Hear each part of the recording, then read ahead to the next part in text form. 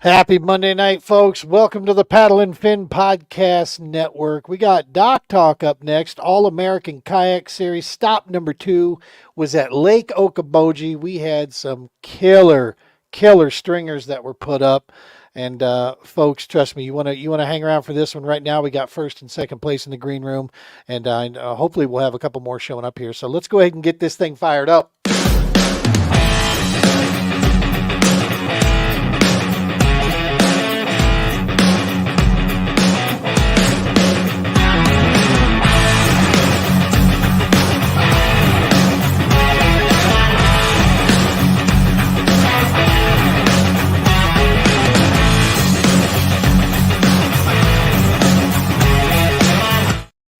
Welcome to another edition of the TPO Doc Talk podcast. We are a little weathered.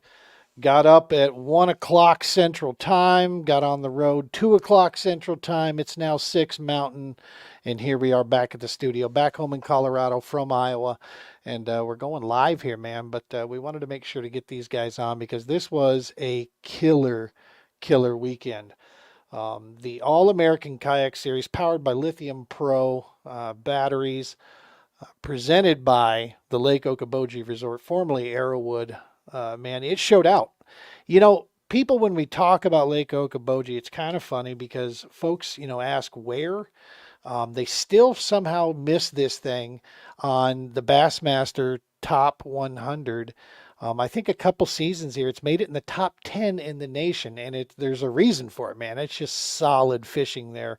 Lots of different lakes and stuff you can touch on, this and that. We're going to get to that there. We're going to talk to the guys that actually went out there and just smashed them this weekend here and get their kind of feeling on a couple things with the All-American there. Before we get going too much further, tonight's episode being brought to you by Dubro Fishing Dewey Baits, proprietary soft plastic. I got a story to share in a little bit here, but for now, go check them out at Dubro Fishing, American made, proprietary soft plastics that they use, the right kind of flexibility, durability. Use Camp 10 for 10% off your order. Throw Camp 10 in there, get a little additional 10% off on that. Go check them out. Some of my faves, that Slick Willie, love that bad boy. Of course, the little Smokies, those things for Ned rigging. But I got to tell you, I really am kind of partial to the rock lobster and the little rock lobster, man. They have just different applications. I love the paddle fins that those things have on there, the action they can give you. So go check them out. Dubro Fishing, Dewey Baits, and you will enjoy getting yourself a little sample pack of those things put together there. All right, so that's that. Let's go ahead and bring in the two hammers here that put on a clinic out there. And while I bring these guys in, I'm going to bring the standings up here so I can make sure I'm quoting this stuff right. First, coming in second place here, making a run at that title there, and it was a heck of a run too from day 1 to day 2. Awesome to see, Mr. Gary Stevens, the Spring Gary. And what's up, Gary? How's it going, bud? Good, brother. How about you? I'm all right. Nice. Hell of a weekend up there. Yeah, it was blessed. For sure. Let's go ahead and bring the guy in, the Obi-Wan Kenobi of smallmouth fishing, the Okoboji master himself, Mr. Jordan Westerman. What's up, champ? How's it going, Gene? How are you Good, doing? man. I love that picture. You took champ for the Iowa League. You took champ for All-American. You got yourself some good additions to hang on the wall of the sprinter there. Yeah, I did. I saved Jeremy did that a couple years ago, and he made a post that was like, "I am the king," blah blah blah, or something. He made some just absolutely ridiculous post. So I saved everybody that. Nice. That relationship you and Brandis have is so awesome to watch because it is like brothers, man. It's like older brother, younger brother. Are you older than him, or are you guys like same age? I think he's like a year older than me. Oh, wow. So you're like the younger brother, always wearing on him. That's awesome. Got to point him in the right direction. That's right. Well, good stuff here. So, yeah, man, I mean, Okoboji, we've been there. The All-American, I know the past 2 years has been there. Did we go there like the first year also? Yep. Yeah. Yeah, they did a one day there the first year. That it was a 1-day tournament. Yep. That's what I thought. Um, but last year it was roughly around the same time too when we went there last year. Yeah, I think it's been the same time the last 3 years, or maybe one weekend ahead. Gotcha. And it's, something I mentioned to you that I didn't realize about the Okoboji chain right in there. But you both, agreed with this, and apparently you guys were aware of this. I was not aware of this leading up to this, but each lake I mean, they're right next to each other. Most of them are connected by waterways, but dude, they have their absolute own personalities, each one of them. No, most definitely. And that's Gary. Did you know that coming into this stuff? Because I mean, you don't live too far from there either, right? Yeah, So you're what, a couple hours away about from four. Boji? About four. 4? Yeah. And Jordan, how far are you normally? Well, you travel all over. You're kind of Yeah, nomadic. I grew up like an hour and 20 minutes from there. Right. My parents have a place at a lake where I'm at now. About it's a half an hour, 40 minutes south of there. So I've spent a lot of time up there, but I haven't started fishing up there until the last few years more. Gotcha. But yeah, the lake to lake is like, you've got your super shallow water fishing if you want to go up to or go to Lower Gar. Mini's its own little lake. Those, Mini, Upper Gar, they all bring in the, they're your early lakes. Like those get that big push of fish. And then East starts a little bit earlier, Spirit a little earlier, and then West is usually your last one. Not counting like the canals and those little cuts, but Right. yeah, everything's different. Water clarity is different. Water, temperatures will range 10 to 15 degrees difference throughout the chain at some times. So yeah, it's a very fun fishery. Good stuff. And if I ask anything that is too much juice, just tell me no, and you don't have to spill it. But I'm just going to ask some random questions here about this stuff. But I totally get it.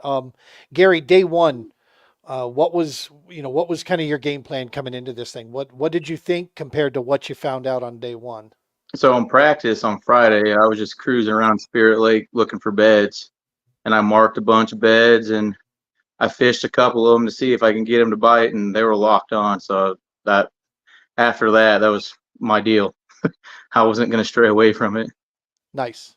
And that was up at Spirit. Yeah, I Nice. fished in Spirit until about when you saw me, about 12, about noon. Yep. The wind started blowing real hard down to the south, and I couldn't get to the beds I had down there. I just squashed it and went down to Mini and didn't. Well, I ended up getting 2 fish at the end of the day, but So is that kind of normal for you, Gary, when you get into places like this that you can actually trailer up, run down there? Is that something special to like Okoboji and only a couple places? um, I mean, you can do it a lot of places, but there it's I knew what rods I was going to bring. I only took a couple, and I just threw those in there. And after I was done and I wanted to leave, I threw it in the truck and took off. Nice. Yeah. Nice. Jordan, what about you? I mean, obviously you had a solid game plan. You kind of knew exactly where you're going with this thing. Did anything change on you on tournament day, or was it pretty much exactly what you were expecting? Well, going into it, I didn't think the smallmouth deal was going to play as much. I thought they were a little farther behind, but and so I had planned on just doing the largemouth deal. And I've been at this local lake. I've been on a really good frog bite, so I was all in on the frog deal. I think on Monday I spent $200 on frogs. Like I was ready. Jesus. And then I went to all the lakes and practiced, and I did really good on a frog. I was catching them on all the lakes, but I didn't. And then I kind of went out main lake on West, and I cruised past a bed, and there was a fish on it, and I flipped at it, and it was an 18. And at that point, I was like, well, if they're on beds at West, they're on beds on Spirit. The stuff I had fished on Spirit when I was there was really dirty, so I couldn't see any beds. So I kind of scrapped that until I saw that fish on west, and then from there I just went and waypointed as many beds as I could find on west. And then I have a group of beds that usually hold some big fish on spirit that I knew I could kind of start with and rely on.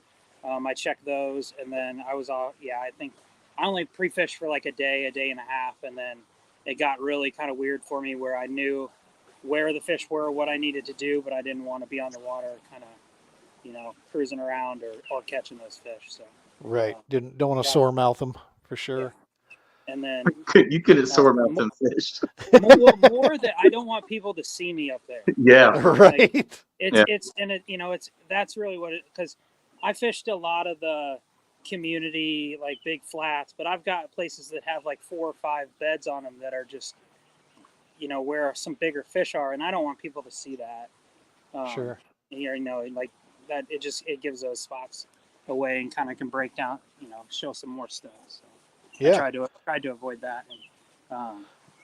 And then on Thursday, I caught a 19.5-inch largemouth off the end of our dock. And I was like, maybe I'll change my plans and go do this. And I ran docks for a little bit on Friday and caught a bunch of good ones, 18, 19s, but it just wasn't as consistent as that smallmouth, So I had for sure. One of the things that I thought was because what several of us that know you, we know the amount of work you put in, brother, that this isn't something that just happens overnight. When people ask about, how does he find the big fish? It's called countless freaking hours of trial and error and looking and sorting it out. But you told me something here that just blew me away. And so, I mean, because I'm too old, my memory, I can't even remember like what I had for breakfast yesterday. But you went into this with like no waypoints on your graph set up there. You didn't have your SD card, or what was the deal? Why didn't you have your marks? Yeah, I had a graph that I didn't update and save, and then it fried out last year, so I lost all my waypoints. So on Thursday, after I saw that fish, I just ran memory, and just if I'd see a bed, I'd mark it. And I just ran and marked beds as many as I could. Like I said at awards, I think by the time the tournament was over, I had 110 beds that I had marked. Jesus. That I started on Thursday. So it was like I knew if I started on waypoint number 108 and I started running from there, I was going to see a lot of fish, and I just had to not waste time on small fish, and kind of just target those bigger fish.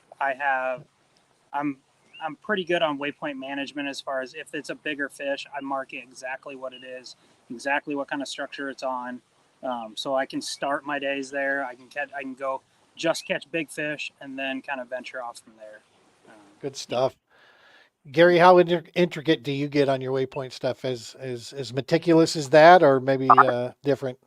I marked all the big fish I found, and I did exactly like he did. I didn't waste my time on anything smaller than what I thought was 18, and I just went and marked all the beds I could find that were big. Good stuff. Good stuff. Well, and then, yeah, you and I run across each other, Gary, a little bit later in the day. That was at the time that I had resorted. At that point, I couldn't find bigs down there in mini and lower. So I grabbed that Ned rig and started going to work. When you come by, I had hit a couple already off of that bridge, and I was working even the weeds behind me. I was literally throwing it behind me and just ripping and popping it through the weeds. And about every, I don't know, 8, 9 casts, doink, I'd grab something out of the weeds there, just snapping a little Ned rig. And yeah, it got me a little small bag of rats. But I noticed, where did you take off for day 2? What was your game plan for that? Get back up to Spirit again, since Yeah, the weather was going to chill out? I went straight back to Spirit, and I went to the south end of Spirit is where I went, but Yeah. because day 1, Jordan and I put in at the same ramp. He went south, I went north, and then I went back down there, and it was so windy I couldn't see anything, couldn't see any of the beds, so I scrapped it, and then he saw me in mini. Yeah. And so day 2, that's basically what the game plan was. Yeah, I went south and went and found the beds that I had marked already down there, and fish were still there. Nice. Well, and day two kind of checked out a little bit. It was a little bit colder, a little bit cooler, but not enough to really put them on their heads. Jordan, I mean, you come in with like 194, 195 after day one. It was like just crazy. So it's like, how do were you missing some bigs that that you couldn't get it connected with? So you went back after them there? Or how do you cull 19.5 inch fish? Yeah, so I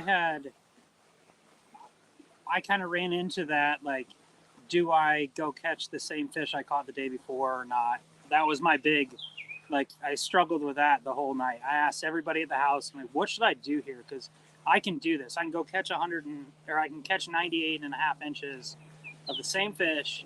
I know exactly where those 5 fish are, but I didn't want to deal with that headache of just the whole drama of that. So Sure, sure. so at that point I was like, I'll just go run some new stuff at West. I'll check some of my areas that I caught one fish off of. Um, and I found a new bed right away. I caught a 19 and a half. I found another one right after that and caught a 20. And then I cruised over to another spot and caught a 20. And I was like, well, at that point I had one like 6 to 7 pound largemouth that I wanted in my limit. And I just couldn't get it to go. It was way out in the middle of the lake on its flat, and yeah, I couldn't get it to go. So at that point, um, I ran up to Spirit, and I wanted to just kind of run and check some new water that I hadn't been on in a few years. Um, I think I caught one. I saw Gary there, and then kind of went the other way. I caught 119, lost one big one, but that one that I lost there was the only bite that I didn't end up catching the fish. So I pretty much caught every fish that I looked at and got them all to the boat. I think I broke one off, but I ended up catching it later. Good stuff.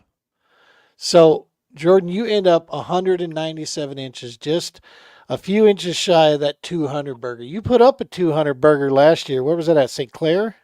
No, I did 197. I At checked that. St. At Yeah, St. Clair? Okay. yeah, like 99, 98, I think. Gotcha. And Gary, brother, you were dropping just bags of fish at 182.25. You had a hard charge in third place that was a quarter inch behind you, and Josh Swigert. We were hoping to have Josh on tonight, but apparently scheduling's not doesn't look like it's gonna work out with him. But dude, 182.25. That was a killer deal that you put up there. Is for you, Gary. Is Okoboji usually just one of the biggest stringers that you put up, or are there other lakes that can produce like that as well?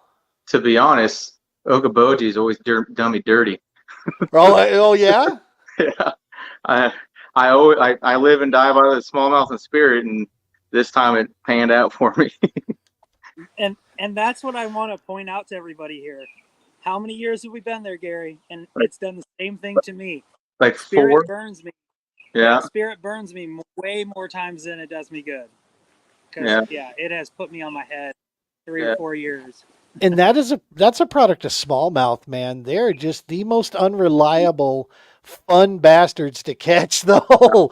But yeah, they're such a nomadic, just pick up and gone. They're one day, gone the next. Or just get finicky and they flip you off with their fin and they move on type thing.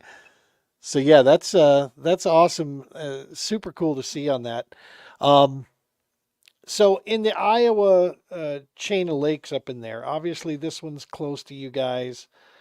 Is there another fishery in that state that can put these kind of numbers up on a consistent basis, or is Okoboji kind of stand out? Either one of you. I mean, I think that there is now single day limits. Yeah, we have 40 plus lakes that can pump out a 95 to 100-inch limit. Yeah. Wow. But you're not going to get a lot of those limits. But we have Right. some just absolute amazing fisheries in Iowa. Gary has, within his, an hour from Gary's house, he's probably got 20 lakes that are, could put out that quality of fish. So I go all the way down to 26th, caught its 10 fish. and put that up there. The rest of us were down here. I had 5 fish for my one day, my tiny bag of rats that I put up. But 26 of the anglers were able to get that 10 fish in here. And I want to ask you both. I'll ask you separately and ask you both. And I'm asking you, please be as honest. You're not going to hurt any feelings. This is just getting real feedback. You guys showed out with this new 10 fish format. Gary, is this your first time with it, Gary? Or Yeah, did you fish Lake of the Ozarks? I didn't fish those. Okay. So on first time out, what did you think about it? What are your thoughts about the 10 fish you got from start till the close to lock it out? What's your feeling? And you're not going to hurt anybody's feelings, so just be straight. To be honest, I'm not really sure. It stressed me out a little more because I didn't have a limit. I didn't have a full 10 fish limit. I think after day one I had 8 is what I think I had, but it it kind of pissed me off. I didn't get, but Right. it's different. And like Jordan didn't even have to fish the second day. So like if you could do that, like you're golden. But it stressed me out a lot, to be honest. But I enjoyed it. It's different. It's something new. And All right, Jordan. let's hear let's hear it now. And before you say it, there is an argument about the competition, piece that there's more high competition level to be said about getting 5 fish one day and 5 big fish the next day. Totally get that. Totally understand that. But did you fish Lake of the Ozarks as well? I didn't. I had to miss Okay. it. So this is your first run with the 10 fish format. What was your thought afterwards? Just being straight. I like your traditional 5 fish because of how I fish. Right. I I like to manage my fish and plan that way. Um, I don't know how to feel about this because I know a lot of people on after noon on day one didn't want to be on that lake anymore. They didn't want to. They wanted to fish, but they didn't want to fish a tournament because of what they had to look at. It's like that, and I almost felt bad about the situation because of how good of a day I had. That like I didn't want to be that guy. It really kind of put me in a weird situation. It made me feel weird about it. At the same time, like, yeah, I didn't have to fish the next day, but I know how right you can get on smallmouth and on big largemouth at Okoboji. And, I had my limit before noon. I know somebody could have went out and found some fish and did it. So that's why I went out and tried to get on some big fish on day two. But, Yep. it's a cool format. I don't know if it's necessarily, I'm going to fish with you guys because I like Josh and I like you. Like, I like what you guys are doing for the Midwest. Is it a format for me? I don't know. I kind of I like to have a big limit by 10 o'clock in the morning and get off the water and go get lunch and then tell my friends that story. That breaks them. That will break somebody more So than me. Like, in a minute, you felt bad for what people had to look at, but if it's your friends now, on the other hand, pissing off with JB. that's right. That's right. Well, that's cool. It's good to hear everybody's feedback on the thing because when Josh came up with this idea, it was really brand new. And then all of a sudden, lo and behold, we hear that Drew is doing the same type of deal over at the Kayak Adventure Series. And it's like, oh, that's too slick. That's too funny. So, both of us, both the series are throwing it out there, giving it a whirl and seeing where it's at. It poses, definitely something different than what the average, what the other series are doing. But, not for nothing. You look at what Bassmaster just did. They put another 200 anglers on the water. Obviously, it's Gunnersville, so that helps. But don't take anything away from the fact that I think what we're seeing in our sport is what was inevitable in my personal opinion. As they continue to rise and keep rocking, Bassmaster is going to rise to the top of that. There's no doubt. They got the name, the power, And I don't know if Bassmaster realizes just how lucky they are to have Steve Owens, as well. I Yeah, mean, yeah, the guy is, not only respected in the kayak community, but he's a damn good human being, yeah. and that goes a long way. People can They, trust, yeah, Bassmasters is not where they are at without Steve-O. Like Steve-O is the number one reason why people are supporting that series and what it's like. Yeah, Yeah, the Bassmasters name is one thing, but the Bassmasters name with Steve-O running it is a completely different beast than what it was 2 or 3 years ago. yeah, Even the first agreed. time that he ran it, and they didn't really give him full control. Once they gave him full control, um, it's like we all trust him. We'll follow. Yep.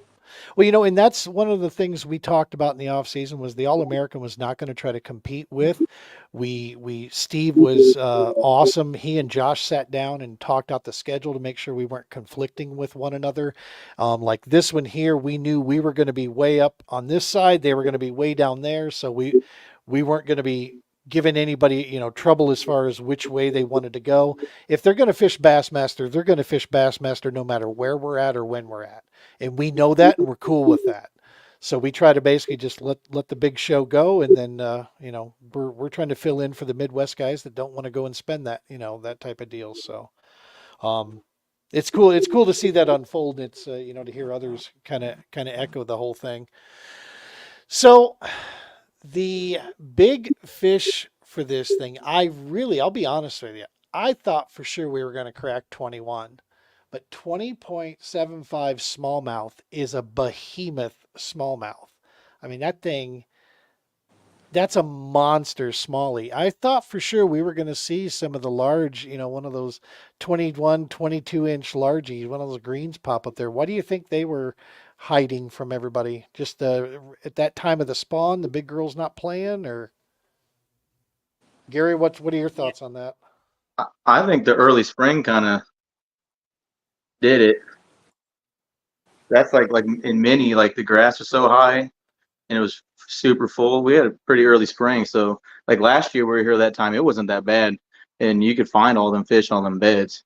But I think that I think that kind of, I won't say hurt it because what we did up there, but it it changed things. For sure. Jordan, what are your thoughts? Jordan, what are your thoughts on that as far as the green ones go? I just think that we were weird at where we were at in the spawn. It went, this lake that I'm on here went from 55, like was the warmest, to in a week it was like 65, and they had, I lost the fish and then found them back again on beds, and it was way quicker than I thought. This stuff, when we're this far north, it just happens so fast. Yeah. I think a lot of them in that canal system that we usually have a bunch of people catch fish out of, had came in and spawned and left already, or it came in so quick, and got so warm that they that they stayed out and spawned on that main lake. Right. Sometimes they'll make that huge push in the back. The other thing, a lot of like Turtle Lake and the canals were really dirty. Usually they're not as dirty, so that could have made a big deal. Usually one of those big fish is caught off a bed, or chatter jigging through some grass. I know Jeremy, when he won, caught his big on a chatter jig. Joe Bailey caught one on a spinner bait that he was soaking in the middle of the lake. He caught like a Over his 21 and a shoulder. half. He was eating his sandwich. He picked it up. It was sitting on the bottom, and he caught a 21 and a half. So, it's like some of them fish just happen like that. It's like just random. Maybe it was we didn't have. We've had 50-person derbies up there a few years. Maybe it was just that those extra 20 people weren't in the canals, and like the numbers of people. But I think we were just a little farther along than people wanted to think, and where those fish were at.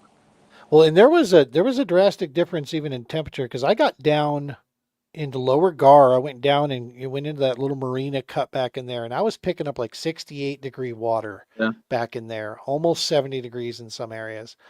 And I was like, holy Moses. I mean, it was, get up into lower, and I was, picking up 65. up there, 63, 65. Got up into through Mini and then up into the upper Gar and found a couple areas in there that was I want to say low 60s, and it's like, okay, what the hell's going on here? It's like southern, drift down there. What was, if you don't mind me asking, Spirit is above east, right? Is Yeah. that where it's at? Yeah, it's above east, and then west. What were some temperatures out of those? What were you guys seeing over there? 60, I think, is what it was. The Yeah, it Spirit. was mid to low 60s, Yeah. 62, 60 to 64 ish. To be honest, I didn't really pay attention. I was Yep. just in beds. Yeah, I got hung up on it like a moron. I got just locked in on the stupid temperature and wasn't paying attention to everything else around me. so For sure. in the Midwest, it's not as like, um, it's not like so temperature driven because these fish got to do it and they got to do it now. Yeah. Yep. The water's going to be 80 degrees in 2 weeks. They want to get their stuff done. And, it's like some farther north, the fish will hold off. They'll wait for that cool down in a month. It jumps to 75, 80, and then it jumps back down to 65, 70 in a month. Here, it's warm, until September. So they got to get their stuff done and now. So they do it early and they do it in these areas. It doesn't necessarily depend on water temp. It's time, day or the length of days, all that stuff, especially largemouth. They get it done and they get it Right. done quick. Get that Barry White music on and get after it. Well, listen, I wanted to give also some special shout outs here. So Josh Schwiegert comes in third with 182 inches. Matthew Barnes coming in out of Iowa, coming in fourth place at 180 inches himself. I mean, these are big bags these guys are putting up. Fifth place, our man, Sportsman of the Year, Mr. Andy Moore, put 178.75. Josh Stickley out of Missouri put up 176.75. Stoney Floyd coming in for the first time, your teammate, Jordan, he put up 176.75. Hayden Hall, our big bass winner, he put up 175 and a quarter. Pat Lassick out of Nebraska, 173 and a quarter, and then rounding out the top 10 out of Iowa, Mr. Casey Day with 170 inches. I mean, this is we talked about it leading into this. A little bit lower number this time to get in the top 20 than it was last year, but still that upper side, man. You guys were just putting up some stellar numbers throughout there. That is awesome to see. And it looks, I mean, Iowa pretty much for the sweep, right? I mean, you guys were all through there. So I mean, it's hometown. Figure, you got to kind of do that. Like Moyak winning their team championship, it's their lake. It's their thing. But yeah, I love the fact that at Boji that any cast on any given moment can be that just literally that PB fish, man. That's a special deal to have to be there. My PB still sits in the 6 pound range, and that was out of Minnesota. So I've not had the opportunity to get down to Texas and go crack those monsters, but that I know Boji is packing those 7 and 8 pounders are sitting in there, man.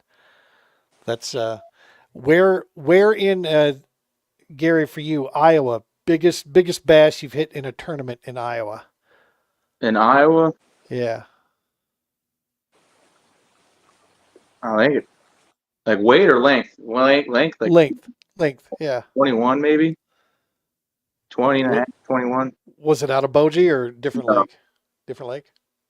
Oh, and he's back. There he is. Awesome. No, it was out of a little lake actually. Gotcha. Jordan, I'm not even going to bother because I know you live in Texas half the year, dude. So in Iowa, I have caught what I believe is the maximum growth rate in Iowa because you very rarely see them. I've caught 322 and a quarters in a tournament. Good Lord. I have never caught a fish over 22 and a quarter in Iowa. That's the biggest in Iowa I've caught. It's 22 and a quarter down a little river. That's like almost everybody I know that's caught big fish is like 22 and a quarter, 22. Like Tyler has caught a 23. Deebs caught a 22 and 3/4, but that was it. And we keep in Iowa, we keep track. Like we have we keep a list of all. If you catch one over 22, you get put on the list. And like we have years where we only get one over it, but the one year we had like 10 fish over 22, and there was one over 22 and a quarter. So it's So we very got hard to get bigger. my man Elvis out of Minnesota wants to know. He said he bets it was on the rat. No, No. no, Caught one no. on a big wing. I did catch one on a swim bait though for Elvis. I caught one on a big wing bait. I caught one on a jig, and I caught one on. I caught one on a big walking bait too, a big gill walking bait. So I did Nice. catch some big ones on a swim bait just for Elvis. Well, gentlemen, the next one up for the All American is going to be Kentucky Lake. Are either one of you going to be able to make that one? I probably won't. Gotcha. No. Yeah, I will.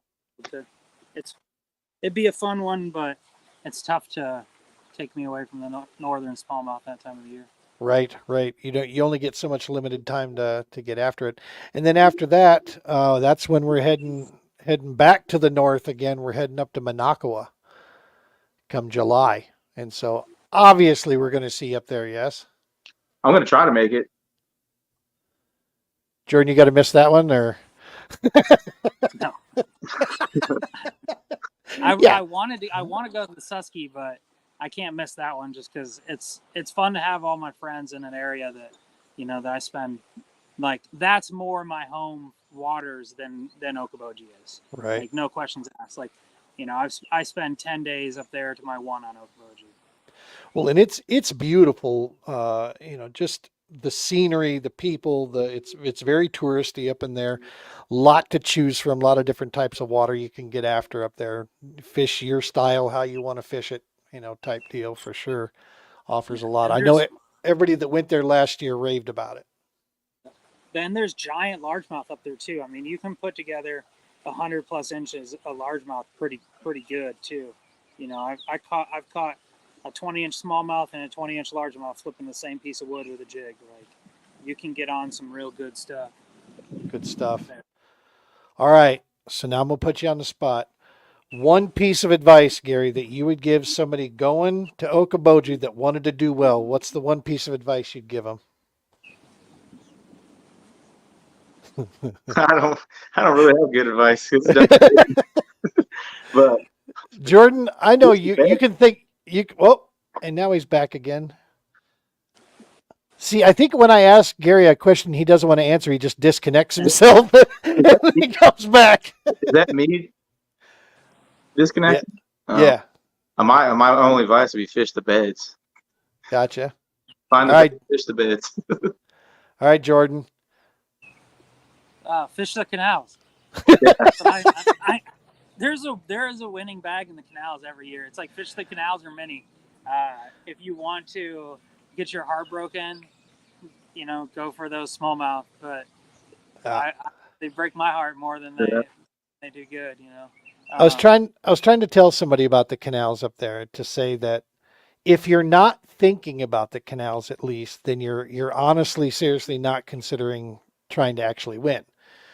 But the problem is, a lot of people know that, and it starts to get crowded, and me, I literally love, half the time I try to find the water that people don't go to and try to, find water and make it work, and pull things out of areas that maybe isn't supposed to be, because that's going to feel so much sweeter. But it's the Rocky Balboa way of fishing, dude. I get my ass kicked 10 times more than I ever do with the ass kicking. But man, when I get that one, I'm going to be dropping out an Adrian really loud. You could have heard me yelling at Lewis and Clark over a third place. Trust me. Well, listen, fellas, I appreciate you guys coming on and taking time. I know we were just running around there, so you guys coming on the show here and taking time out of your schedule means a lot. We appreciate it.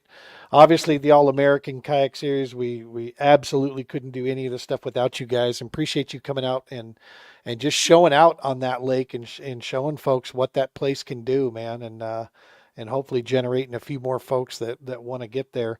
I swiped the tourism book out of my hotel room.